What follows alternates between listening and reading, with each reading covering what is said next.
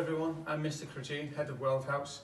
This is the Weld House office, which is located next to the dining area and also the staff room and pupil reception. Here are some of the activities we take part in Weld House. Each year we go on an annual trip, usually to Crosby Lakeside.